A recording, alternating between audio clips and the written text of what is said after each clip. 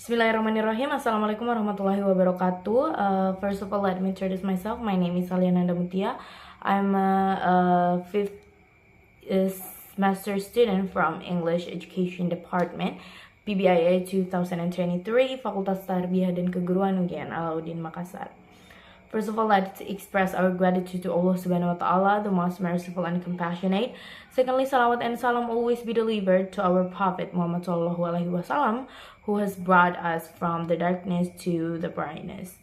The honorable person, our lecturer, Mr. Dr. Kaharuddin, S.IP. M.Hum, as a lecturer on Psycholinguistics course.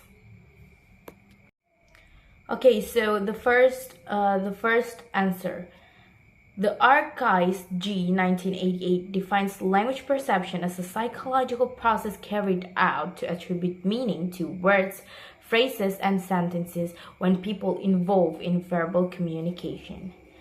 Language perception or language comprehension can be defined as a receptive process that occurs in a person's mind, where the mind will work to interpret meaning of auditory inputs in the form of language elements such as words, phrases, and sentences.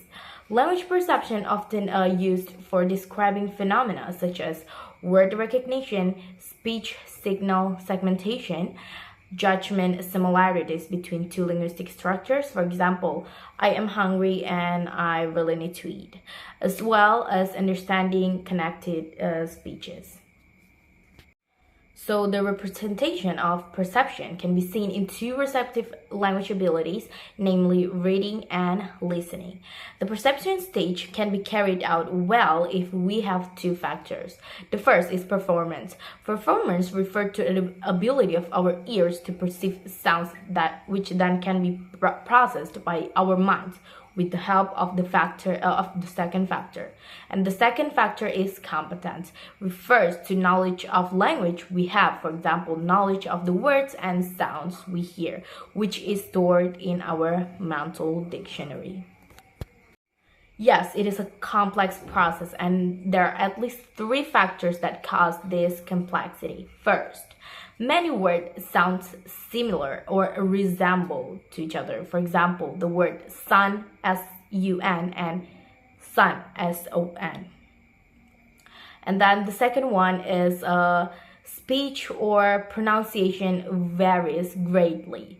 The quality of speech produced by each person is very different from one another depending on their speaking style, speaking rate of delivery, and phonological knowledge. For example, the word sun is sometimes pronounced as some when followed by a bilabial stop consonant like the word began.